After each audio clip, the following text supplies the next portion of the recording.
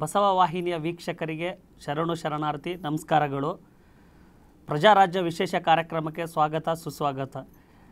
ಪ್ರಿಯ ವೀಕ್ಷಕರೇ, ಇಂದು ನಮ್ಮೊಂದಿಗೆ ಶ್ರೇಷ್ಠ ಬರಹಗಾರರು ಹೌದು, ಅದ್ಭುತವಾದ ನಟರು, ದಕ್ಷ ಅಧಿಕಾರಿಗಳಾದ ಸಂಗಮೇಶ್ ಉಪಾಸ್ಯ ಸರ್ ನಮ್ಮ ಜೊತೆಯಲ್ಲಿದ್ದಾರೆ. ಬನ್ನಿ ಕಾರ್ಯಕ್ರಮಕ್ಕೆ ಅವ್ರಿಗೆ ಸ್ವಾಗತವನ್ನು ಬಯಸೋಣ. ಸರ್ ಶರಣು ಶರಣಾರ್ಥಿ ಸರ್. ಶರಣು ಶರಣಾರ್ಥಿಗಳು. ಹಾಂ ಸರ್, ಮೊದಲನೇದಾಗಿ ನಿಮ್ಮ ಬಗ್ಗೆ ನಮ್ಮ ಬಸವ ವಾಹಿನಿಗೆ ನೀವು PhD ವಚನಗಳ ಬಗ್ಗೆ ಮಾಡಿದ್ದೀರಾ.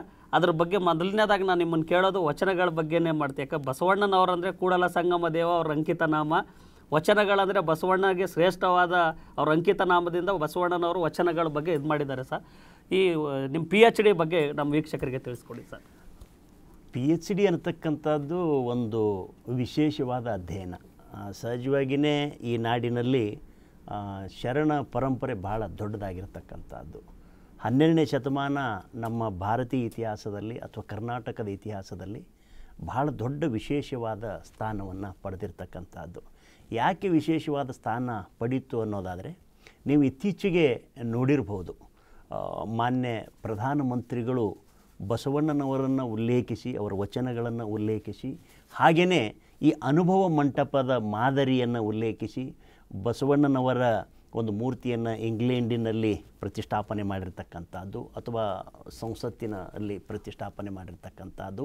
ಇದೆಲ್ಲವನ್ನು ಗಮನಿಸಿದ್ರೆ 12ನೇ ಶತಮಾನ ಮತ್ತು ಬಸವಣ್ಣ ಮತ್ತು ಶರಣರು, ಶರಣ ಚಳುವಳಿ, ಶರಣ ಸಾಹಿತ್ಯ ಬಹಳ ಪ್ರಮುಖವಾದ ಘಟ್ಟವನ್ನು ಹೊಂದಿತ್ತು ಅನ್ನುವಂಥದ್ದು. ಸಹಜವಾಗಿಯೇ ಜಗತ್ತಿನಲ್ಲಿ ಪ್ರಜಾಪ್ರಭುತ್ವ ಬಂದಿರತಕ್ಕಂಥದ್ದು ನಾವೆಲ್ಲರೂ ಇಂಗ್ಲೆಂಡಿನಲ್ಲಿ ನಡೆದಿರ್ತಕ್ಕಂಥ ಅಂದಾಜು 11ನೇ ಶತಮಾನದಲ್ಲಿ ಮ್ಯಾಗ್ನಾ ಕಾರ್ಟ್ ಒಪ್ಪಂದ ಅನ್ನತಕ್ಕಂಥದ್ದು ಆದಮೇಲೆ ಜಗತ್ತಿನಲ್ಲಿ ಪ್ರಜಾಪ್ರಭುತ್ವ ಬಂತು ಅಂತ ನಾವೆಲ್ಲರೂ ವ್ಯಾಖ್ಯಾನ ಮಾಡ್ತೇವೆ ಅಥವಾ ಉಲ್ಲೇಖಿಸ್ತೇವೆ. ಆದರೆ ಅದಕ್ಕಿಂತಲೂ ಮೊದಲೇ ಕರ್ನಾಟಕ ರಾಜ್ಯದಲ್ಲಿ ಬಿಜಾಪುರ ಜಿಲ್ಲೆಯಲ್ಲಿ ಅಂದಾಜು 11ನೇ ಶತಮಾನದಲ್ಲಿ, ಅಂದರೆ ಆದ್ಯ ವಚನಕಾರ ಜೇಡರ ದಾಸಿಮಯ್ಯನ ಕಾಲಘಟ್ಟ, ಆ ಕಾಲಘಟ್ಟದ ಬಗ್ಗೆ ಒಂದಷ್ಟು ಗೊಂದಲಗಳಿದೆ. ಆ ದಾಸಿಮಯ್ಯ 940ರಲ್ಲಿದ್ದ, 1040ರಲ್ಲಿದ್ದ, ಅಥವಾ ಬಸವಣ್ಣನ ಹಿರೀಕನಾಗಿದ್ದ ಜೇಡರ ದಾಸಿಮಯ್ಯ, ಮಾದಾರ ಚೆನ್ನಯ್ಯ, ಡೋಹಾರ ಕಕ್ಕಯ್ಯ, ಹರಳಯ್ಯ ಇವರೆಲ್ಲರೂ ಬಸವಾದಿ ಶರಣರ ಹಿರೀಕರು ಆಗಿದ್ದರು ಅನ್ನೋ ಅರ್ಥದಲ್ಲಿ ಅದನ್ನು ನಾವು ವ್ಯಾಖ್ಯಾನಿಸ್ತೇವೆ.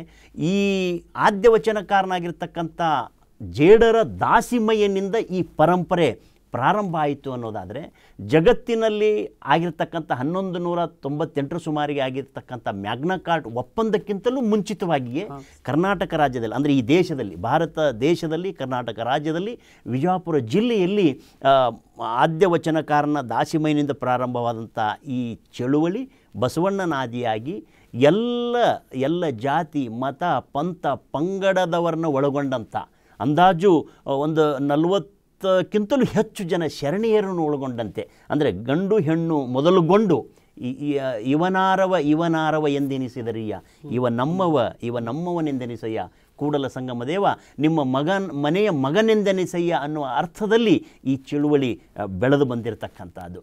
ಆ ಥರದ ಒಂದು ಪರಂಪರೆ ಇರತಕ್ಕಂಥ ನಮ್ಮ ಈ ಶರಣ ಚಳುವಳಿಯ ಪರಂಪರೆಯಲ್ಲಿ ನನಗೆ ಅಧ್ಯಯನಕ್ಕೆ ವಿಷಯಗಳು ಆಯ್ಕೆ ಮಾಡಿಕೊಂಡಾಗ ಈ ಪರಂಪರೆ 11ನೇ ಶತಮಾನದಿಂದಲೂ ಬಂದಿದೆ, ಈ ವಚನ ಚಳುವಳಿ ಆಗಿರತಕ್ಕಂಥದ್ದು. ಆಮೇಲೆ ಶರಣರು ವಚನಗಳನ್ನು ರಚಿಸಿದ್ದಾರೆ. ಆ ವಚನ ರಚನೆ ಇವತ್ತು ಅಂದಾಜು 21,000 ಲಭ್ಯವಿರುವ ವಚನಗಳು ಇವತ್ತು ಇದೆ.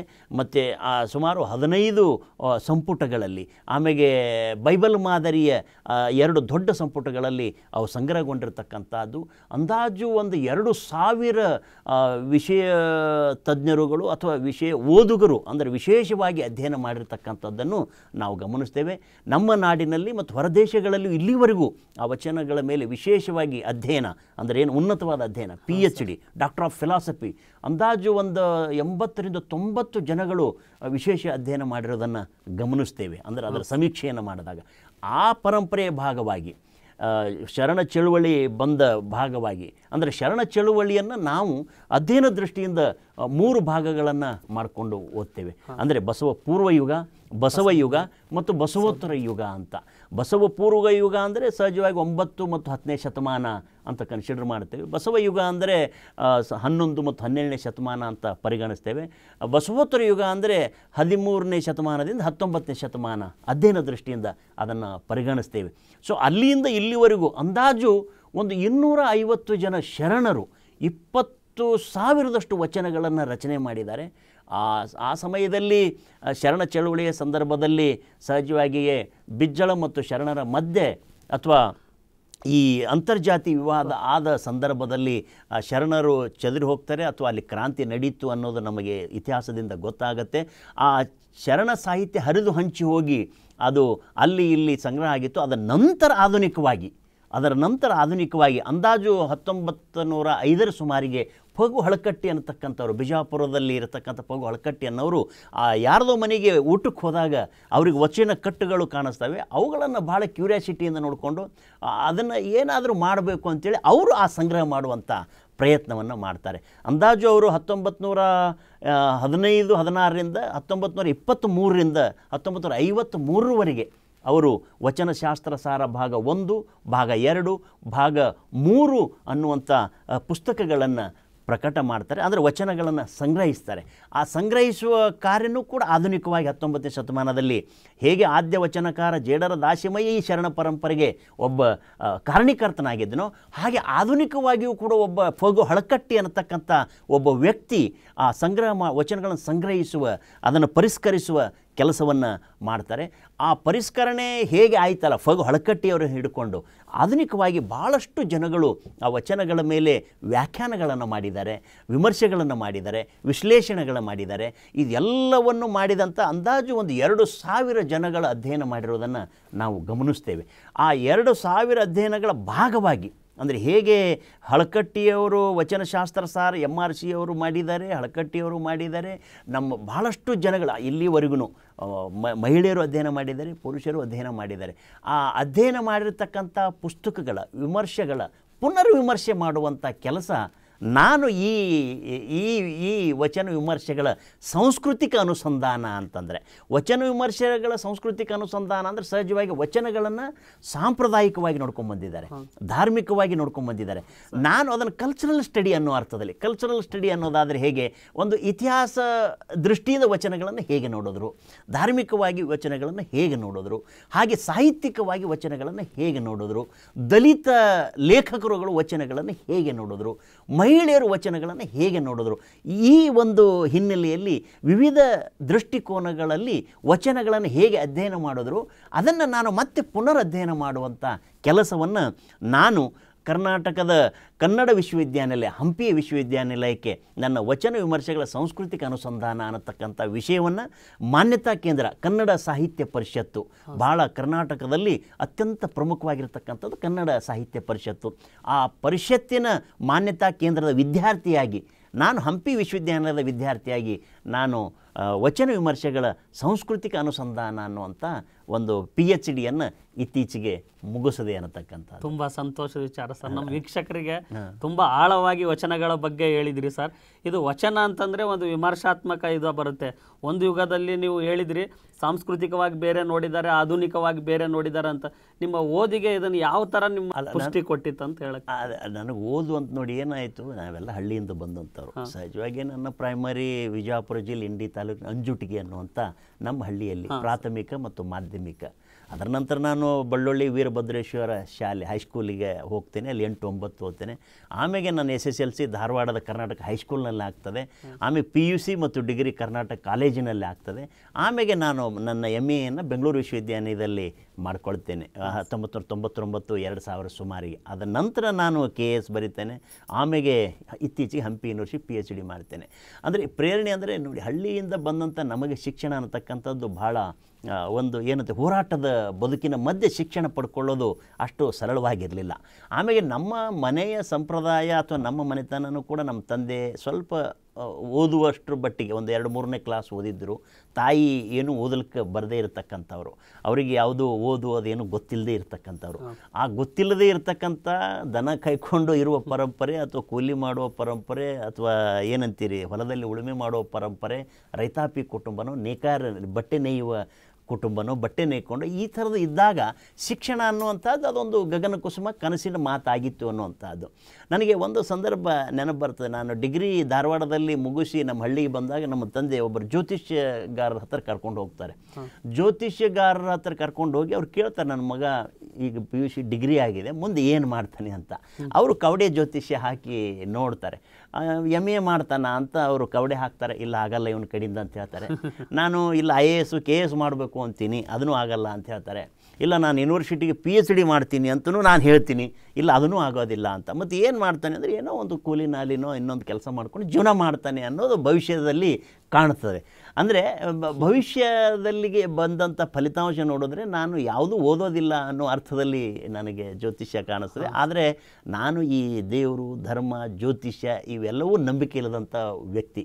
ಹಾಗಾಗಿ ಈ ಜ್ಯೋತಿಷ್ಯಗಳು ಒಂದು ಅರ್ಥದಲ್ಲಿ ನನ್ನ ಈ ಪ್ರಯತ್ನದಲ್ಲಿ ಸುಳ್ಳಾಯಿತು ಅಂತ ನನಗನ್ನಿಸುತ್ತೆ. ನನ್ನ PhDನೂ ಕೂಡ ಮಾಡ್ಕೊಳ್ಳೋದ್ರ ಮೂಲಕ ಯಾವುದು ಜ್ಯೋತಿಷ್ಯದಲ್ಲಿ MA ಓದಲಿಕ್ಕಾಗಲ್ಲ ಅಂತ ಹೇಳಿತ್ತು ಅದನ್ನು ನಾನು ಸಂತೋಷದಿಂದ MAನೂ ಫಸ್ಟ್ ಕ್ಲಾಸಲ್ಲಿ ಪಾಸ್ ಮಾಡಿಕೊಂಡಿದ್ದೀನಿ ಬೆಂಗಳೂರು ಯೂನಿವರ್ಸಿಟಿಗೆ.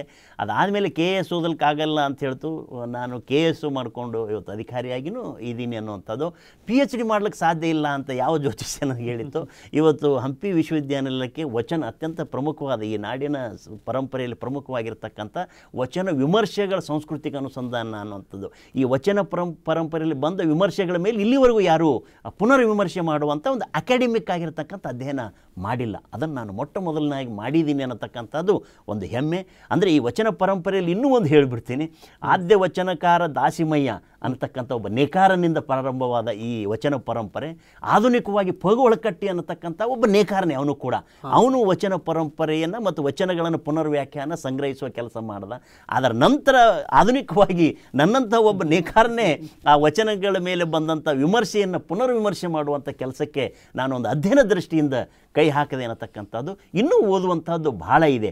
ಆ ಓದುವ ಪರಂಪರೆ ಈಗ ಅಧ್ಯಯನ ಅಂದರೆ PhD ಮಾಡೋದ್ರ ಮೂಲಕ ಪ್ರಾರಂಭ ಆಗಿದೆ ಅನ್ನುವಂಥದ್ದು, ಅಥವಾ ಈ ಥರದ ಓದು ನನ್ನ ಬದುಕಿಗೆ ಬಹಳ ಭಿನ್ನವಾದಂಥ ಒಂದು ಪ್ರೇರಣೆಯನ್ನು ನೀಡಿರುವಂಥದ್ದು, ಅಥವಾ ಯಾವುದೋ ದನ ಕಾಯ್ಕೊಂಡು ಹೊಲದಲ್ಲಿದ್ದಂಥ ನಮ್ಮಂಥವರು ಒಬ್ಬ ಸ್ಕಾಲರ್ ಆಗುವಂಥ ಒಂದು ಯೂನಿವರ್ಸಿಟಿ ಮಟ್ಟದ ವಿದ್ವತ್ತನ್ನು ಪಡೆಯುವ ಪ್ರಯತ್ನ ಇದೆಯಲ್ಲ, ಇದು ಬಹಳ ಭಿನ್ನವಾಗಿರ್ತಕ್ಕಂಥದ್ದು. ಮತ್ತು ಇನ್ನೂ ಓದುವಂಥ ಇನ್ನು ಯಾರಾದರೂ ಇದ್ದರೆ ಇನ್ನಿತರ ಇದ್ದಂಥವರಿಗೆ ಒಂದು ಪ್ರೇರಣೆ ಮತ್ತು ಪೂರಕ ಆಗಿರತಕ್ಕಂಥ ಪ್ರಯತ್ನ ಅಂತ ನಾನು ಭಾವಿಸ್ತೇನೆ.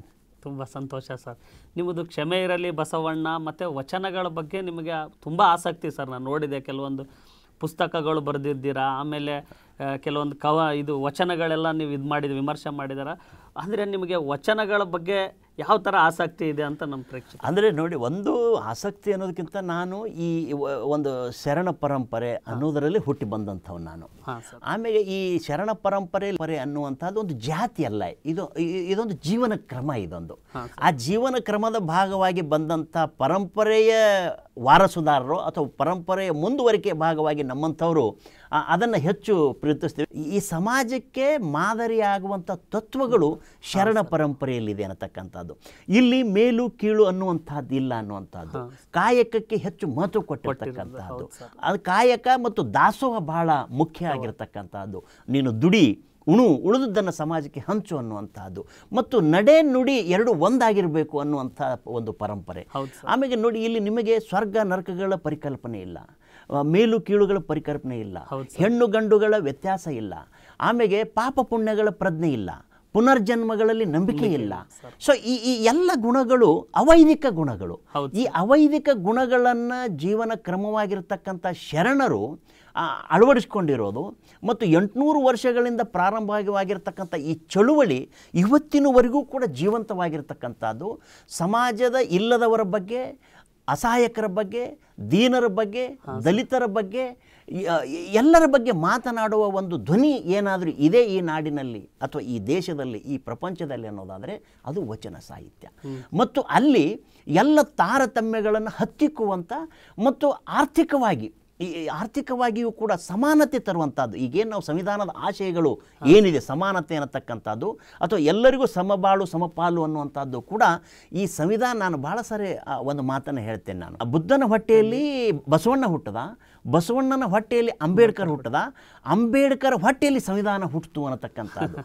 ಅಂದರೆ ಈ ಪರಂಪರೆ ಹೇಗೆ ಅನ್ನುವಂಥದ್ದು, ಅಂದರೆ ಬುದ್ಧನ ವಾಸ್ತವ ಸತ್ಯಗಳು ಆಸೆಯೇ ದುಃಖಕ್ಕೆ ಮೂಲ ಅಥವಾ ಆಸೆಯ ನಾಶವೇ ಸಂತೋಷದ ಮೂಲ, ಆಸೆಯನ್ನು ಹೋಗಲಾಡಿಸೋದೇ ಅಷ್ಟಾಂಗ ಮಾರ್ಗ ಅನುಸರಿಸಬೇಕು ಅನ್ನತಕ್ಕಂಥ ಬುದ್ಧನ ಒಂದು ಪರಿಕಲ್ಪನೆ ಬಸವಣ್ಣನಲ್ಲಿನೇ ಬರೀ ಒಂದೇ ಒಂದು ವಚನದಲ್ಲಿ ಕಳಬೇಡ ಕೊಲಬೇಡ ಹುಸಿಯ ನುಡಿಯಲು ಬೇಡ ಮುನಿಯ ಬೇಡ ತನ್ನ ಬಣ್ಣಿಸಬೇಡ ಇದುರು ಹಳಿಯಲು ಬೇಡ, ಇದೇ ಅಂತರಂಗ ಶುದ್ಧಿ, ಇದೇ ಬಹಿರಂಗ ಶುದ್ಧಿ, ಇದೇ ನಮ್ಮ ಕೂಡಲ ಸಂಗಮ ದೇವನ ಒಲಿಸುವ ಪರಿ ಅನ್ನುವ ಒಂದೇ ಒಂದು ವಚನದಲ್ಲಿ ಬುದ್ಧನ ಎಲ್ಲ ಫಿಲಾಸಫಿಯನ್ನು ಬಸವಣ್ಣ ಕಟ್ಟಿಕೊಳ್ಳಕ್ಕೆ ಪ್ರಯತ್ನ ಮಾಡ್ತಾರೆ ಅಂತಕ್ಕಂಥದ್ದು.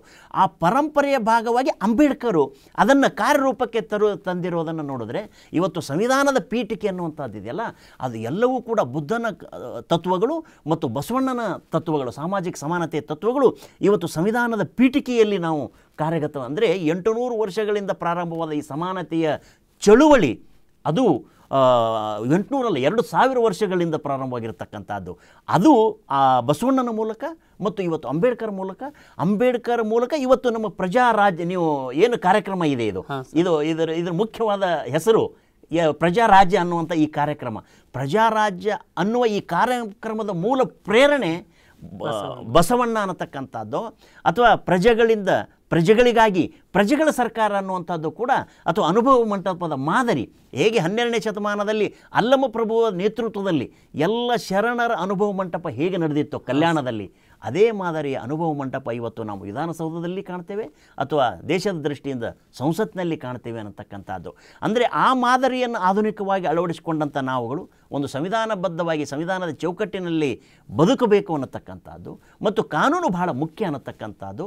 ಕಾನೂನೇ ಬಹಳ ಈ ದೇಶದ ಪರಮ ಪವಿತ್ರವಾಗಿರ್ತಕ್ಕಂಥದ್ದು. ಅಂದರೆ ಸಂವಿಧಾನ ಬಹಳ ಪವಿತ್ರವಾಗಿರ್ತಕ್ಕಂಥದ್ದು. ಹೇಗೆ ನಾವು ವಚನಗಳನ್ನು, ಬೈಬಲ್ಗಳನ್ನು, ಕುರಾನ್ಗಳನ್ನು ನಾವು ಪವಿತ್ರ ಅಂತ ಕರಿತೇವೋ, ಹಾಗೆ ಇವತ್ತು ಆಧುನಿಕವಾಗಿ ನಾವು ಸಂವಿಧಾನ ಬಹಳ ಪವಿತ್ರ ಅಂತ ಅಪ್ಕೋಬೇಕಾಗಿದೆ ಮತ್ತು ಅದನ್ನು ಕಾಪಾಡುವಂಥ ಪರಿಪಾಠವನ್ನು ಬದುಕಿನಲ್ಲಿ ಎಲ್ಲರೂ ಅಳವಡಿಸ್ಕೊಳ್ಬೇಕಾಗಿದೆ ಅನ್ನುವಂಥದ್ದು. ಆ ಮೂಲಕ ಶರಣರ ಅಥವಾ ಬುದ್ಧನ ಅಥವಾ ಅಂಬೇಡ್ಕರ್ ಕನಸು ನಾವು ನನಸು ಮಾಡಲಿಕ್ಕೆ ಸಾಧ್ಯ ಆಗಬಹುದು ಅಂತ ನಾನು ನಂಬ್ಕೊಂಡಿದ್ದೇನೆ. ಹಾಂ ಸರ್, ಬಸವಣ್ಣನವರು ಒಂದು ಕಡೆ ಇರ್ತಾಳೆ ಸರ್, ದಯವಿಲ್ಲದ ಧರ್ಮ ಯಾವುದಯ್ಯ ಅಂತ. ಈಗಿನ ಪರಿಸ್ಥಿತಿ ನೋಡಿ ಧರ್ಮದಲ್ಲೇ ಮೊದಲು ದಯ ಬೇಕಾಗಿದೆ ಸರ್, ಅದ್ರ ಬಗ್ಗೆ ನಿಮ್ಮ ಅಭಿಪ್ರಾಯ ಸರ್? ನೋಡಿ, ದಯವಿಲ್ಲದ ಧರ್ಮ ಯಾವುದಯ್ಯ, ದಯವಿರಬೇಕು ಸಕಲ ಪ್ರಾಣಿಗಳೆಲ್ಲರಲ್ಲಿ ಅನ್ನುವಂಥ ಮಾತು. ದಯವಿಲ್ಲದಂಥ ಧರ್ಮ ಯಾವುದೂ ಇಲ್ಲ ಅನ್ನುವಂಥದ್ದು. ನೋಡಿ, ಧರ್ಮದಲ್ಲಿ ಈಗಿನ ಸ್ಥಿತಿಗತಿ ನೋಡಿ, ಧರ್ಮದಲ್ಲೇ ದಯ ಬೇಕಾಗಿದೆ ಸರ್, ಪ್ರತಿಯೊಂದು ಧರ್ಮ ವಿಚಾರ ಈಗಿನ. ಅದು ನೋಡಿ, ಅದನ್ನೇ ನಾನು ನನ್ನ ದೇವರುಗಳಿವೆ ಎಚ್ಚರಿಕೆ ಅನ್ನೋ ನಾಟಕ ಇದೆಯಲ್ಲ, ಅದು ಜಗತ್ತಿನ 6 ಪ್ರಮುಖ ಧರ್ಮಗಳನ್ನು ಇಟ್ಕೊಂಡು ಬರೆದಿರ್ತಕ್ಕಂಥ ಒಂದು ಅಧ್ಯಯನಪೂರ್ಣ ನಾಟಕ. ಅದನ್ನು ಕೂಡ ಅದೊಂದು ಶಟಾಯರ್. ಅದರಲ್ಲಿನೇ ಈ ಏನು ಮುಸಲ್ಮಾನ ಧರ್ಮ, ಕ್ರಿಶ್ಚಿಯನ್ ಧರ್ಮ ಅಥವಾ ನಮ್ಮ ವೈದಿಕ ಧರ್ಮ ಅಥವಾ ಬೌದ್ಧ ಜೈನ ಧರ್ಮಗಳೆಲ್ಲವನ್ನೂ ಇಟ್ಕೊಂಡು ಆ ಪ್ರಮುಖರನ್ನು ಒಂದು ಕಟಕಟೆಯಲ್ಲಿ ನಿಲ್ಲಿಸಿ ವಿಚಾರಣೆಗೆ ಒಳಪಡಿಸುವಂಥ ಒಂದು ಕ್ರಮ. ನೀವು ಹೇಳಿದಾಗೆ ಆ ಥರ ನಾಟಕ ಬರಲಿಕ್ಕೆ ಪ್ರೇರಣೆನೇ ಧರ್ಮಗಳಲ್ಲಿ ದಯೆ ಇಲ್ಲ ಅನ್ನೋ ಕಾರಣಕ್ಕಾಗಿ ನನ್ನಂಥವನು ಆ ಥರದ ನಾಟಕ ಬರಲಿಕ್ಕೆ ಸಾಧ್ಯ ಆಯಿತು ಅನ್ನತಕ್ಕಂಥದ್ದು.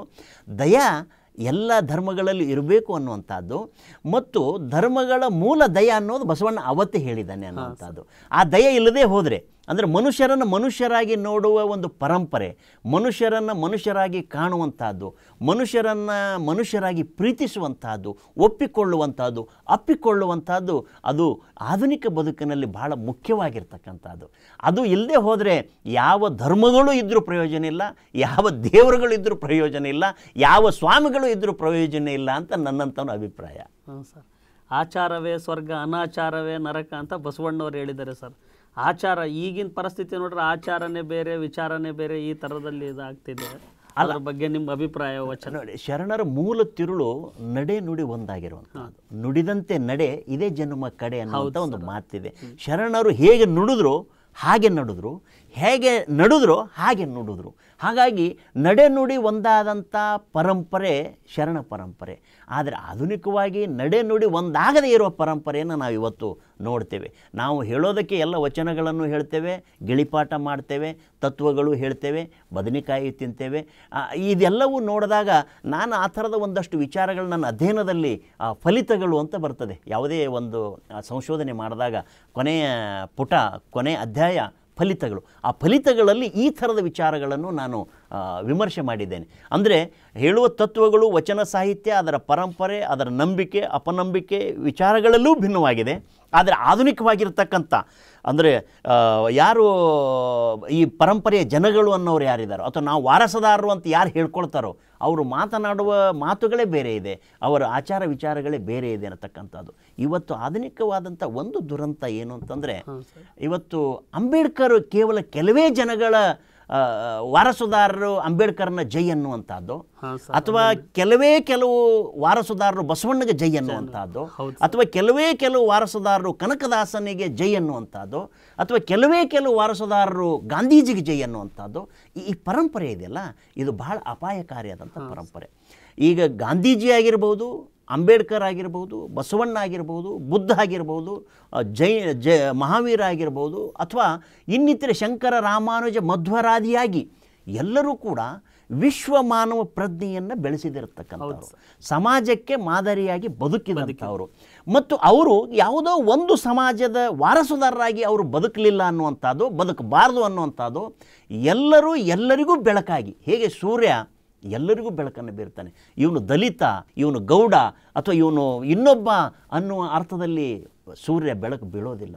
ಎಲ್ಲರಿಗೂ ಸಮಾನವಾದಂಥ ಬೆಳಕನ್ನು ಕೊಡೋ ಏನು ಪರಿಪಾಠವನ್ನು ಪ್ರಕೃತಿಯಲ್ಲಿ ಇಟ್ಕೊಂಡಿದ್ದಾನೋ ಹಾಗೆ ಈ ಎಲ್ಲ ಮಹನೀಯರುಗಳು ಎಲ್ಲರಿಗೂ ಬೆಳಕಾಗುವ ತತ್ವಗಳನ್ನು ಹೇಳಿದ್ದಾರೆ, ಬದುಕಿದ್ದಾರೆ ಮತ್ತು ಇತಿಹಾಸದಲ್ಲಿ ಅದು ದಾಖಲಾಗಿ ಉಳಿದಿರತಕ್ಕಂಥದ್ದು. ಆದರೆ ನಾವು ಕೂಪಮಂಡುಕ ಪ್ರವೃತ್ತಿ ಅಂತವ್ರು, ನಮ್ಮಂಥವರು ಕೇವಲ ಬಸವಣ್ಣನನ್ನೇ ಜೈ ಅನ್ನುವಂಥದ್ದು, ಕೇವಲ ಅಂಬೇಡ್ಕರ್ಗೆ ಜೈ ಅನ್ನುವಂಥದ್ದು, ಕೇವಲ ಗಾಂಧಿಗೆ ಜೈ ಅನ್ನುವಂಥದ್ದು, ಕೇವಲ ಶಂಕರ, ರಾಮಾನುಜ, ಮಧ್ವರಾದಿಯಾಗಿ ಅವರಿಗೆ ಜೈ ಅನ್ನುವ ಈ ಪರಿಪಾಠ, ಈ ಪರಂಪರೆ ಸಮಾಜಕ್ಕೆ ಪೂರಕ ಅಲ್ಲ ಅನ್ನುವಂಥದ್ದು ನನ್ನ ವೈಯಕ್ತಿಕ ಅಭಿಪ್ರಾಯ.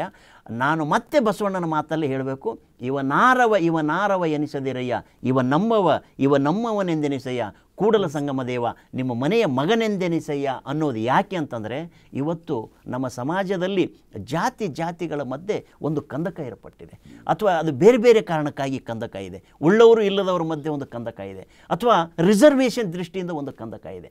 ಮನಸ್ಸುಗಳು ದೂರ ಆಗಿದೆ, ಸಮುದಾಯಗಳ ಮಧ್ಯೆ ಮನಸ್ಸುಗಳು ದೂರ ಆಗಿದೆ.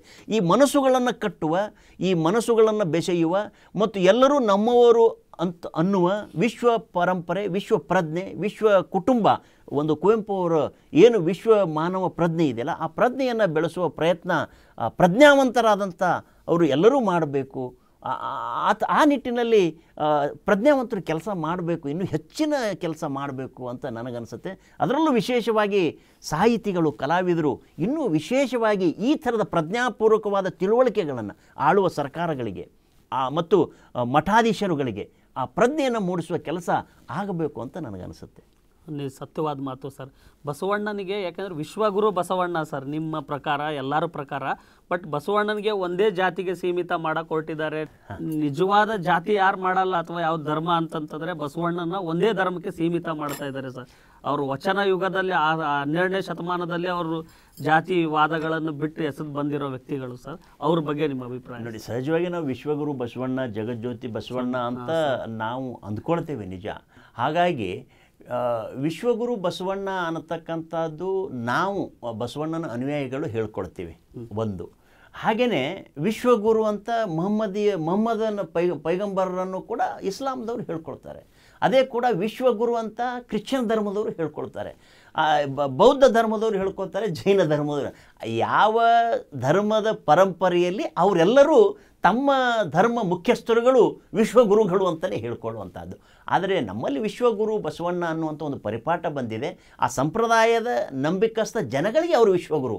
ಆದರೆ ವಿಶ್ವಗುರು ಬಸವಣ್ಣನನ್ನು ಇಸ್ಲಾಮದವರು ವಿಶ್ವಗುರು ಅಂತ ಪರಿಗಣಿಸ್ತಾರೆ ಅಂತ ನಾವು ಹೇಳೋಕ್ಕಾಗೋದಿಲ್ಲ, ಅಥವಾ ಕ್ರಿಶ್ಚಿಯನ್ರು ವಿಶ್ವಗುರು ಅಂತ ಪರಿಗಣಿಸ್ತಾರೆ ಅಂತ ಹೇಳೋಕ್ಕಾಗೋದಿಲ್ಲ, ಅಥವಾ ಮೊಹಮ್ಮದ್ ಪೈಗಂಬರನನ್ನು ವಿಶ್ವಗುರು ಅಂತ ಬೇರೆ ಸಂಪ್ರದಾಯದವರು ನಂಬುತ್ತಾರೆ ಅಂತಲ್ಲ, ಅಥವಾ ಯೇಸು ಕ್ರಿಸ್ತನನ್ನು ಕೂಡ ವಿಶ್ವಗುರು ಅಂತ ಇನ್ನಿತರೆ ಧರ್ಮದವರು ನಂಬುತ್ತಾರೆ ಅಂತಲ್ಲ. ಆಯಾ ಪರಂಪರೆಯ ಧರ್ಮ ಮುಖ್ಯಸ್ಥರುಗಳನ್ನು ಆಯಾ ಅನುಯಾಯಿಗಳು ಅದನ್ನು ಹಾಗೆ ಪರಿಗಣಿಸ್ಕೊಂಡು ಬಂದಿದ್ದಾರೆ. ಜಗತ್ತಿನಲ್ಲಿ ಬಹಳ ದೊಡ್ಡ ಧರ್ಮ ಕ್ರಿಶ್ಚಿಯನ್ ಧರ್ಮ, ಅಂದಾಜು 250 ಕೋಟಿ ಜನಗಳಿರ್ತಕ್ಕಂಥದ್ದು. ಅದರ ನಂತರ ಇಸ್ಲಾಂ ಧರ್ಮ ಅಂದಾಜು 150 ಕೋಟಿ ಜನಸಂಖ್ಯೆ ಹೊಂದಿರತಕ್ಕಂಥದ್ದು. ಅದರ ನಂತರ ನಮ್ಮ ವೈದಿಕ ಧರ್ಮ ಅಥವಾ ಸನಾತನ ಧರ್ಮ, ಹಿಂದೂ ಪರಂಪರೆ ಜೀವನ ಕರ್ಮದ ಧರ್ಮ ಅಂತೇನಿದೆ, ಅದು ಅಂದಾಜು 150 ಕೋಟಿ ಜನಗಳಿರುವಂತಹದ್ದು. ಅಂದರೆ ಈ ಬೇರೆ ಬೇರೆ ಧರ್ಮಗಳು ಮತ್ತು ಬೇರೆ ಬೇರೆ ಅನುಯಾಯಿಗಳು ಮತ್ತು ಅವರ ಮುಖ್ಯಸ್ಥರುಗಳು ನಂಬಿಕೊಂಡಿರ್ತಕ್ಕಂಥ ತತ್ವಗಳ ಹಿನ್ನೆಲೆಯಲ್ಲಿ ನಾವು ನಮ್ಮದೇ ಆದಂಥ ವ್ಯಾಖ್ಯಾನಗಳನ್ನು ಮಾಡ್ಕೊಂಡು ಬಂದಿದ್ದೇವೆ. ಆದರೆ ನಾವು ವಿಶ್ವದ ದೃಷ್ಟಿಯಿಂದ, ನಾವು ಕೇವಲ ನಮ್ಮ ವೈಯಕ್ತಿಕ ಅನ್ನೋದೇ ಇರ್ತಾ ಹಿತದೃಷ್ಟಿ ಅಲ್ಲದೆ ವಿಶ್ವ ಪರಂಪರೆ, ಧಾರ್ಮಿಕ ಪರಂಪರೆ ಹಿತದೃಷ್ಟಿಯಿಂದ ನಾನೊಬ್ಬ ತತ್ವಶಾಸ್ತ್ರದ ವಿದ್ಯಾರ್ಥಿಯಾಗಿ ನಾನು ಎಲ್ಲ ಧರ್ಮಗಳನ್ನು ಈ ರೀತಿ ನೋಡಲಿಕ್ಕೆ ಪ್ರಯತ್ನ ಮಾಡ್ತೀನಿ ಅನ್ನುವಂಥದ್ದು. ಅದು ಎಷ್ಟರ ಮಟ್ಟಿಗೆ ಕಾರ್ಯಸಾಧ್ಯ ಅಂತ ಗೊತ್ತಿಲ್ಲ, ಬಟ್ ನಮ್ಮ ಪ್ರಯತ್ನ ಈ ಇತಿಹಾಸ ಪರಂಪರೆಯಲ್ಲಿ ಮಾಡ್ಕೊಂಡು ಹೋಗ್ತಾ ಇರ್ತೀವಿ ಅನ್ನತಕ್ಕಂಥದ್ದು. ಭಾರತ ದೇಶದ ಸಂಸ್ಕೃತಿ ಅಂತ ಬಂದಾಗ ವಚನಗಳ ಕೊಡುಗೆ ಅಪಾರವಾಗಿದೆ ಸರ್, ಅದ್ರ ಬಗ್ಗೆ ನಿಮ್ಮ ಅಭಿಪ್ರಾಯ ಹೇಳಿ ಸರ್. ಅಲ್ಲ, ಅದು ವಚನಗಳ ಕೊಡುಗೆ ಬಹಳ ಇದೆ ಅನ್ನುವಂಥದ್ದು ಸತ್ಯವಾಗಿರ್ತಕ್ಕಂಥದ್ದು. 800 ವರ್ಷಗಳಿಂದ ಅದೆಲ್ಲವನ್ನು ಸಾರ್ಕೊಂಡು ಬಂದಿದೆ ಅನ್ನುವಂಥದ್ದೇ. ಆ ಪರಂಪರೆಯಲ್ಲಿ ಬಹಳಷ್ಟು ಅಧ್ಯಯನಕಾರ ಅಧ್ಯಯನ ಮಾಡಿದ್ದಾರೆ. ಅದರ ಭಾಗವಾಗಿ ನನ್ನಂಥವನು ಎಲ್ಲೋ ಒಂದು ಅಧ್ಯಯನವನ್ನು ಮಾಡಿರ್ತೀನಿ ಅನ್ನುವಂಥದ್ದು. ಆದರೆ ಈ ಪರಂಪರೆಯನ್ನು ಉಳಿಸುವ ಬೆಳೆಸುವ ಕಾರ್ಯ ಕೇವಲ ಅದನ್ನು ನಂಬದವರು ಅಂತಲ್ಲ, ಎಲ್ಲರನ್ನೂ ಮನವರಿಸುವ ರೀತಿಯಲ್ಲಿ ಇದೊಂದು ಜೀವನ ಕ್ರಮ. ಇದು ಯಾವುದೇ ಧರ್ಮ ಅಂಥೇಳಿ ಈ ಧರ್ಮಕ್ಕೆ ಇವರು ಒಳಗೆ ಮಾಡೋದು ಅಥವಾ ಈ ಧರ್ಮದಿಂದ ಬಿಟ್ಟು ಹೋಗೋದು ಅನ್ನುವಂಥದ್ದಲ್ಲ. ಆ ಜೀವನ ಕ್ರಮ ಯಾರು ಒಪ್ಕೊಳ್ತಾರೆ ಅವರೆಲ್ಲರನ್ನೂ ಒಳಗೊಂಡು ಒಂದು ಬದುಕನ್ನು ಒಂದು ಪರಂಪರಾಗತವಾಗಿ ಬೆಳೆಸ್ಕೊಂಡು ಹೋಗುವ ಒಂದು ಕ್ರಮ ಇರೋದರಿಂದ ಅದು ಹಾಗೆ ಶತಮಾನಗಳಿಂದ ಬೆಳೆದು ಬಂದಿದೆ. ಮತ್ತು ಇದು ಈ ಮನುಕುಲ ಇರುವವರೆಗೂ ಅದು ಹಾಗೆ ಬೆಳ್ಕೊಂಡು ಹೋಗ್ತದೆ ಅಂತ ನನ್ನ ಭಾವನೆ.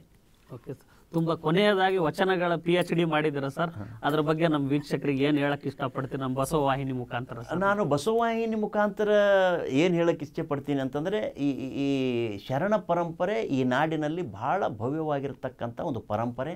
ಮತ್ತು ಆ ಪರಂಪರೆಯಲ್ಲಿ ಹಲವು ಜನಗಳಿದ್ದಾರೆ. ಇಲ್ಲಿ ಬಡವ ಬಲ್ಲಿದ ಅನ್ನೋದಿಲ್ಲ, ಹೆಣ್ಣು ಗಂಡು ಅನ್ನೋದಿಲ್ಲ, ಇವನಾರೋ ಅನ್ನುವಂಥದ್ದಲ್ಲ. ಇದರಲ್ಲಿ ದಲಿತರು ಇದ್ದಾರೆ, ಹಿಂದುಳಿದವರು ಇದ್ದಾರೆ, ಮೇಲ್ವರ್ಗದವರು ಇದ್ದಾರೆ, ಎಲ್ಲರನ್ನೂ ಒಳಗೊಂಡಿರ್ತಕ್ಕಂಥ ಒಂದು ಇದು ಜೀವನ ಕ್ರಮ ಇದು. ಹಾಗಾಗಿ ಬಸವಣ್ಣ ಅಥವಾ ಶರಣ ಪರಂಪರೆ ಅನ್ನುವಂಥದ್ದು ಯಾರ್ದೋ ಒಬ್ಬರು ಸ್ವತ್ತು ಅಲ್ಲ, ಅದು ಎಲ್ಲರ ಸ್ವತ್ತು. ಹಾಗಾಗಿ ಎಲ್ಲರೂ ಒಂದು ಸಾಮೂಹಿಕ ಪ್ರಜ್ಞೆ ಹಿನ್ನೆಲೆಯಲ್ಲಿ ಇದನ್ನು ಉಳಿಸುವ ಬೆಳೆಸುವ ಕಾರ್ಯ, ಅದರಲ್ಲೂ ಬಸವ ವಾಹಿನಿ ಅಂತ ಚಾನಲ್ಗಳು ಮಾಡ್ತಾ ಇರತಕ್ಕಂಥದ್ದು ಅದು ನಿಜವಾಗಿಯೂ ಶ್ಲಾಘನೀಯ. ಅದು ಮತ್ತಷ್ಟು 100 ಕಾಲ ಬೆಳ್ಕೊಂಡು ಹೋಗಲಿ, ಬೆಳೀಲಿ ಅಂತ ನಾನು ತಮ್ಮ ವಾಹಿನಿ ಮೂಲಕ ಹೇಳಕ್ಕೆ ಇಷ್ಟಪಡ್ತೇನೆ. ತುಂಬ ಚೆನ್ನಾಗಿ ಹೇಳಿದ್ರಿ ಸರ್. ಸಂಗಮೇಶ್ ಉಪಾಸಿ ಸರ್ ನಮ್ಮ ಜೊತೆಯಲ್ಲಿ ವಚನಗಳ ಬಗ್ಗೆ, ಬಸವಣ್ಣನ ಬಗ್ಗೆ, 12ನೇ ಶತಮಾನಕ್ಕೆ ಅನುಭವ ಮಂಟಪದ ಬಗ್ಗೆ ತುಂಬ ವಿಚಾರಗಳು ನಮ್ಮ ವಾಹಿನಿಗೆ ತಿಳಿಸ್ಕೊಟ್ರು. ನಮ್ಮ ವಾಹಿನಿಯಿಂದ ಮತ್ತು ನನ್ನ ಕಡೆಯಿಂದ ಕೊನೆಯದಾಗಿ ಶರಣ ಶರಣಾರ್ಥಿ.